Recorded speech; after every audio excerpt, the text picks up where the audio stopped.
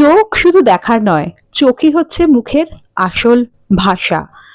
এক ঝলক চোখেই লুকিয়ে থাকে সৌন্দর্য, আত্মবিশ্বাস আর অনুভূতি। তাই অনেক কিছু চোখ দিয়েই প্রকাশ পায়। সেই কারণে চোখের চেহারা বা চোখের সৌন্দর্য আমাদের কাছে অত্যন্ত গুরুত্বপূর্ণ। কিন্তু অনেকের চোখে দেখা যায় অনেক ধরনের সমস্যা হয়ে গেছে। কারোর চোখের তলা বা চোখের কোল বসে গেছে, কারোর দেখা যায় চোখের উপরটা বা নিচটা ফোলা, আবার কারোর দেখা যায় চোখের পাশে ছোট ছোট সাদা সাদা দাগ। এই ধরনের সমস্যা নিয়ে অনেকেই মনে করেন আমাকে আর দেখতে ভালো লাগছে না।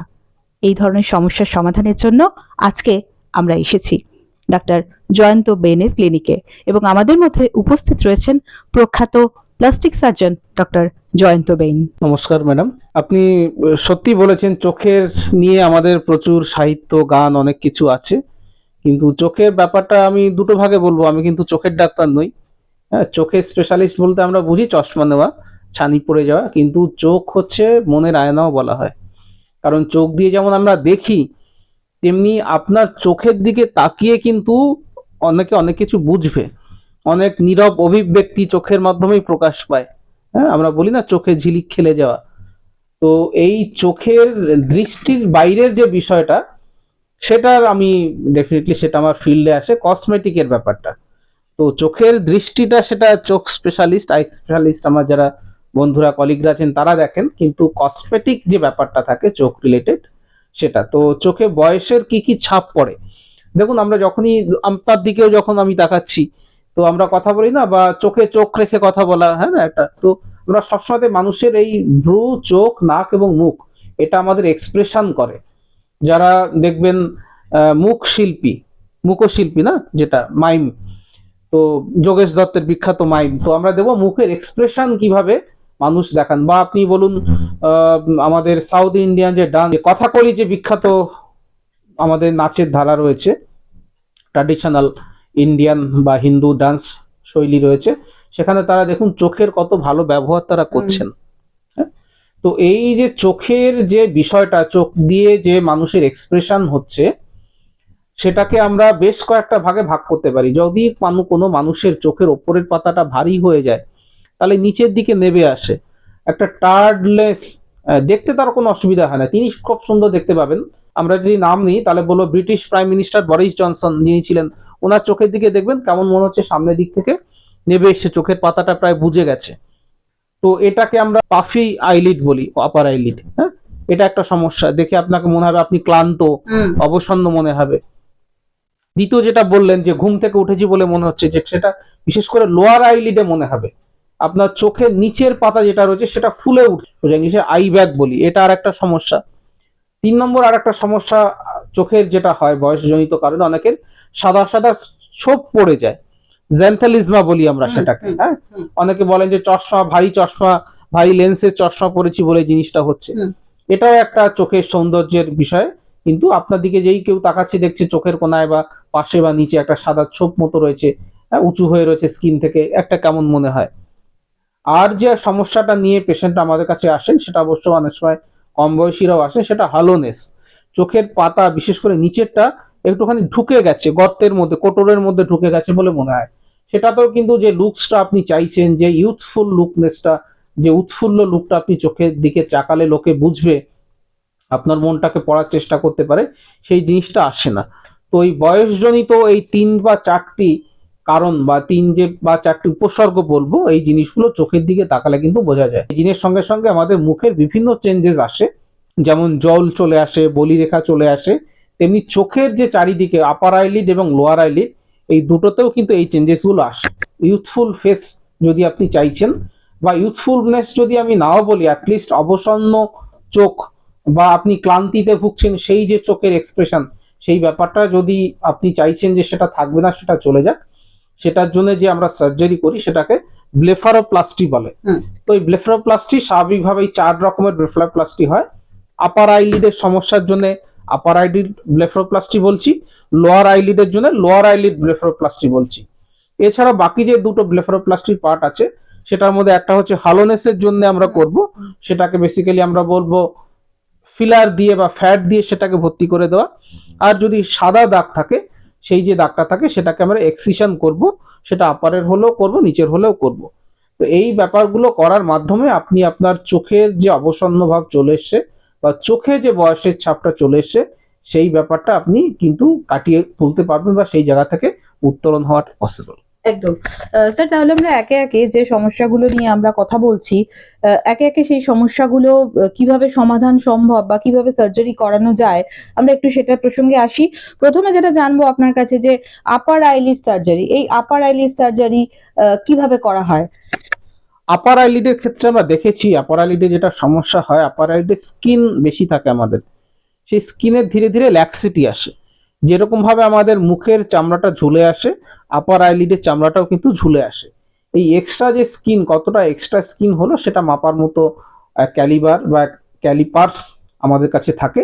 সেটা দিয়ে আমরা দেখে নেবো কতটা স্কিন আপনার এক্সেস রয়েছে, সেই সঙ্গে ফ্যাটও বেরিয়ে এসছে কিনা।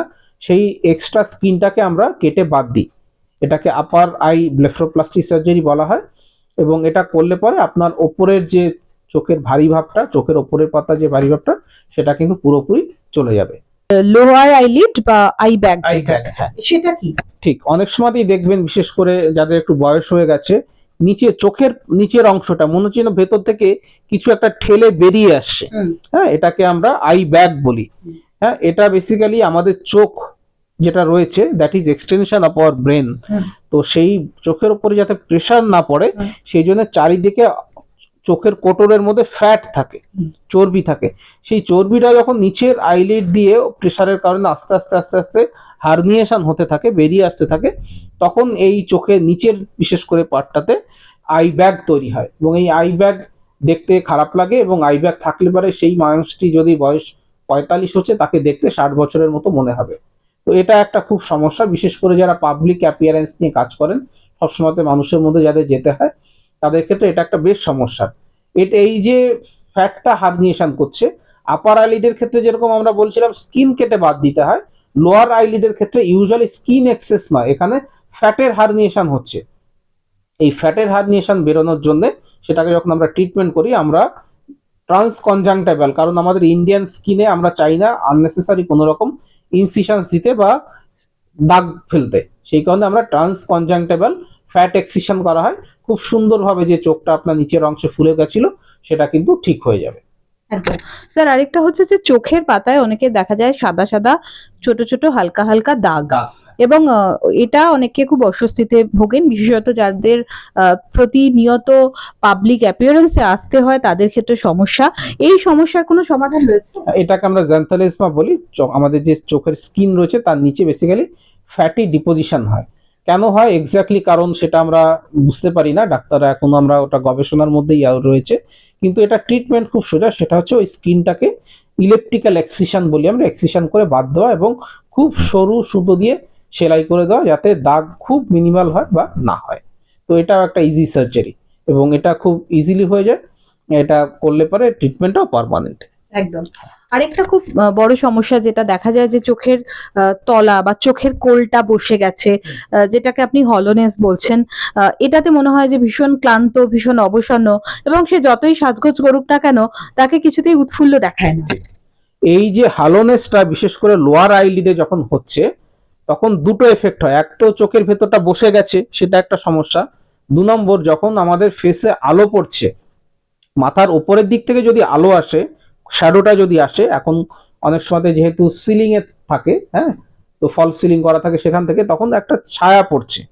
এই ছায়াটা কোটরের মধ্যে পড়ার ফলে আরো সেটাকে ডিপ মনে হয়। অনেক সময় আমরা বলি যে চারিদিকে কালচে চলে এসছে, সেটা অ্যাকচুয়ালি ওই অক্ষি কোটরটা সেটা ভেতরে ঢুকে যাওয়ার জন্য এবং উপর থেকে একটা শ্যাডো পড়ার জন্য এটা বেশি ব্ল্যাক আই বলে মনে হয়। তো অনেক ক্ষেত্রে আমরা দেখেছি কিছু কিছু পেশেন্ট ডেফিনেটলি তাদের ব্ল্যাক আই থাকে বা নিচের, বিশেষ করে নিচের চোখের পাতা একটু কালচে ছাপ থাকে, কিন্তু এই যাদের হালোনেসটা থাকছে তাদের জিনিসটা আরো বেশি অ্যাগ্রাভেটেড হয়ে যায়। এটার ক্ষেত্রে ট্রিটমেন্টটা হচ্ছে, প্রথম যে 3টে সার্জারি বললাম, আপনি দেখুন খেয়াল করবেন, প্রথম আপার আইলিড হলে আমরা ব্লেফারোপ্লাস্টি স্কিন কেটে বাদ দিই, নিচের ক্ষেত্রে ফ্যাট বাদ দিয়ে দিই, আর জ্যান্থালিজমার ক্ষেত্রে স্কিন বাদ দেওয়া হয়। এটার ক্ষেত্রে ট্রিটমেন্টটা পুরোপুরি উল্টো, এখানে কিন্তু জিনিস কমে গেছে, সেই জন্য আমরা ফ্যাট দিয়ে গ্রাফটিং করা হয়।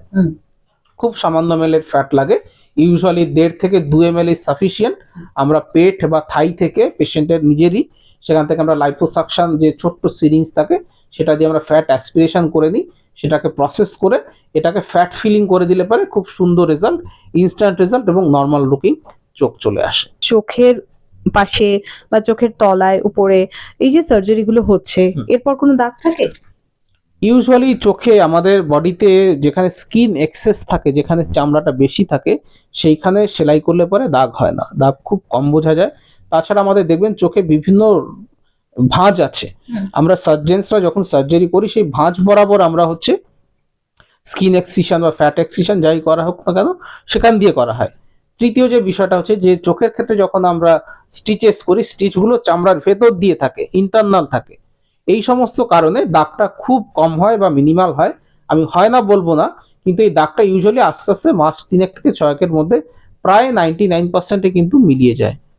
তো এটা চোখের সার্জারির ক্ষেত্রে এই একটা সুবিধে থাকে, যেটা অন্যান্য জায়গার ক্ষেত্রে আমরা দাগ নিয়ে অনেক কনসার্ন থাকি, কিন্তু চোখের ক্ষেত্রে দেখা গেছে কম্পারেটিভলি দাগ হওয়ার চান্স কিন্তু খুবই কম। এই সার্জারির পর হাসপাতালে কতক্ষণ থাকতে হয়?